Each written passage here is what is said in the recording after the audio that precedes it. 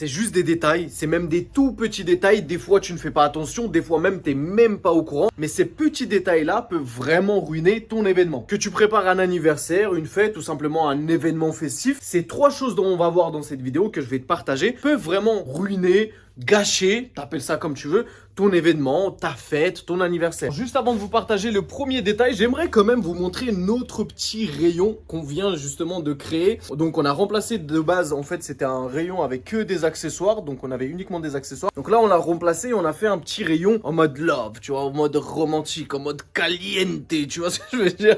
Donc on a mis des petits ballons love, on a mis des pétales, des confettis en forme de cœur mais cristal, bref des pétales de rose en tissu, des pétales de rose, les trucs un peu plus classiques. Maintenant que je t'ai fait la petite promotion de mon petit rayon amour, mon petit rayon romantique, mon petit rayon Saint-Valentin toute l'année, le premier détail auquel tu ne fais pas attention, peut-être que tu n'es même pas au courant, tu ne le savais même pas, c'est simplement de venir et de gonfler tes ballons beaucoup trop tôt. Alors, je précise juste, je parle bien des ballons en fait en latex.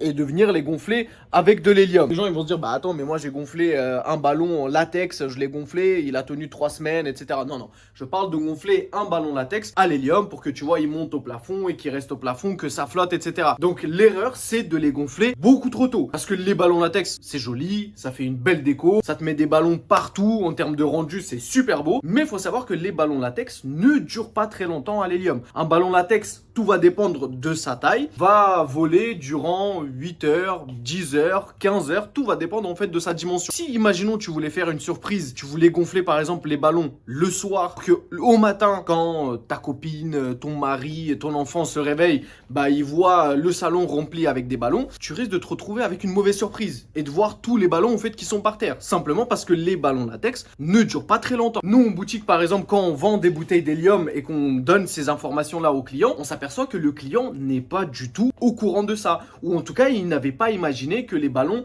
allaient durer aussi peu quand ils sont gonflés à l'hélium, parce que eux ils sont habitués que en fait tu gonfles un ballon latex, bah ça tient plusieurs jours. Sauf que si tu le gonfles à l'air, bah oui, il y a de l'air à l'intérieur. Mais quand tu gonfles à l'hélium, c'est pas du tout la même chose. Donc, le conseil que moi je vais te donner, c'est si tu souhaites gonfler des ballons et avoir des ballons au plafond, des ballons latex avec de l'hélium, gonfle-les le jour même, juste avant l'événement. Même si par exemple tu veux faire une surprise le matin, tu veux qu'on réveille, bah en fait il y a des plafonds, des ballons qui sont au plafond, bah réveille-toi 1 heure avant. Si tu veux que ce soit prêt à 7 heures, bah réveille-toi à 5 heures et gonfle tes ballons, mais gonfle tes ballons juste avant la surprise, l'événement, la fête. Les gonfle jamais en fait trop en avance, sinon tu risques d'avoir de mauvaises surprises, d'être déçu et que ça gâche tout simplement ton événement. Le deuxième détail auquel on fait pas attention, alors ça franchement c'est pas si grave. Il y a vraiment pire, mais je trouve que quand même c'est un détail qui peut faire la différence. Et je sais que ça va vous paraître bizarre ce que je vais vous dire. Même moi quand j'ai appris ça et quand j'ai découvert ça, il m'a fallu un petit temps pour me dire attends vraiment est-ce que c'est vrai? Mettre les cierges magiques, vous savez les trucs tout fins comme ça là, les bougies étincelantes, t'appelles ça comme tu veux, mettre les cierges magiques sur le gâteau. Si t'es choqué, tu comprends pas, t'es là, tu dis mais qu'est-ce qu'il me raconte? J'avais la même, mais vraiment j'avais la même réaction quand on m'a expliqué ça. En fait les cierges magiques, la poudre tu vois, lorsque tu mets ton petit coup de briquet, l'espèce de poudre qui fait justement les étincelles, comme elle est apparente, le truc c'est que ça te fait, pas tout le temps, mais dans certains cas, ça te fait des retombées, donc l'espèce de cendre, l'espèce de poudre, bah en fait retombe directement sur le gâteau. Avoir un petit truc cramé ou un petit truc qui croustille, bon disons que c'est pas l'idéal. C'est pour ça que moi maintenant, ce que je conseille aux clients quand ils me disent ouais combien de temps ça dure etc. Je leur demande c'est pourquoi, ils me disent bah c'est pour mettre sur le gâteau. Je vais leur dire ça, nous on vous conseille pas de mettre sur le gâteau, c'est mieux de les tenir à la main. Et ce que moi je conseille personnellement pour mettre sur le gâteau, c'est les espèces de cake fontaine, bougie fontaine des glaces, t'appelles ça comme tu veux. C'est pas ça qui va venir et qui va ruiner ta fête. Mais en fait je me suis dit que j'allais vous partager ce truc parce que tellement les cierges magiques ça fait tellement longtemps que ça existe et on est tellement habitué à les planter sur le gâteau que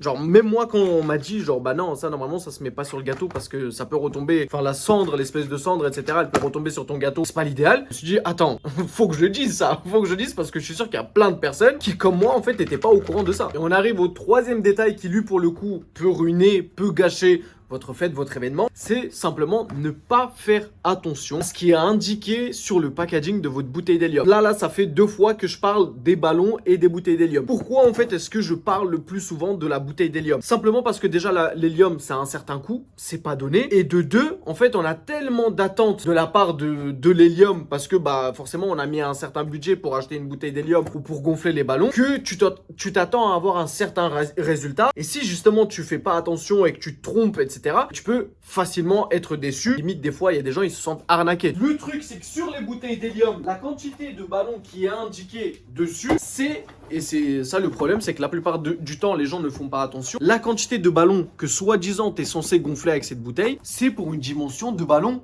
spécifique. Tu ne vas pas réussir à gonfler 30 ballons, peu importe la taille de tes ballons. Et attention, je te vois venir parce qu'on a ce truc-là tous les jours dans la boutique. Quand on demande à nos clients, c'est quoi la taille de vos ballons si vous avez déjà acheté vos ballons, ils vous disent « Ah, mais c'est des ballons classiques. C'est des ballons classiques. » Mais ça ne veut rien dire. Des ballons classiques, c'est des ballons latex. Mais les ballons latex ont également des tailles. Par exemple, sur la bouteille d'hélium, ils te disent que tu peux gonfler 30 ballons de 23 cm. Les 23 cm, c'est des ballons latex. Et si tu ne fais pas attention justement à la taille de tes ballons classiques, ben, tu peux te retrouver en fait à ne pas du tout gonfler la quantité qui est indiquée sur la bouteille d'hélium. Ici, vous allez avoir un petit tableau qui va vous indiquer simplement en fait différentes tailles de ballons et la quantité qui varie selon tout simplement la taille. Voilà du coup les 3 détails que je voulais vous partager, auxquels ça se trouve il y a des personnes qui n'étaient même pas au courant et c'est des choses en fait qui peuvent venir et gâcher tout simplement votre fête. Si jamais vous avez apprécié la vidéo, n'hésitez pas à mettre un petit like, ça aide et ça donne de la visibilité à la chaîne. Dites-moi dans les commentaires, je serais intéressé de savoir qui était au courant pour les trucs des cierges. Moi je vous remercie de m'avoir regardé, je vous dis à la prochaine, peace.